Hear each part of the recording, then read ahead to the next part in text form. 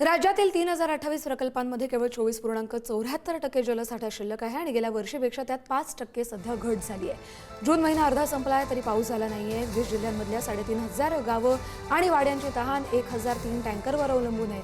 नाशिकच्या गंगापूर धरणाचा साठा देखील 35%वर घसरला आहे, पण मान्सून अजूनही रत्नागिरीमध्ये रेंगाळतोय। कडक ऊन पडलंय, प्रकल्पांनी तळ गाठलाय, त्यामुळे अर्थातच पाणी टंचाई अधिक तीव्र होतीये।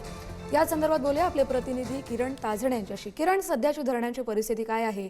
एल निनोचं सावट आहे, मान्सून कधीपर्यंत पोहोचेल, काय अंदाज आहे?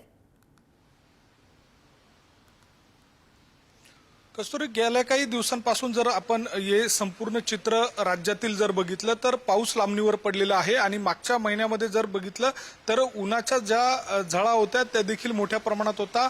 धरणांमधला पाणीसाठ्यामध्ये देखील कमालीची घट होत होती।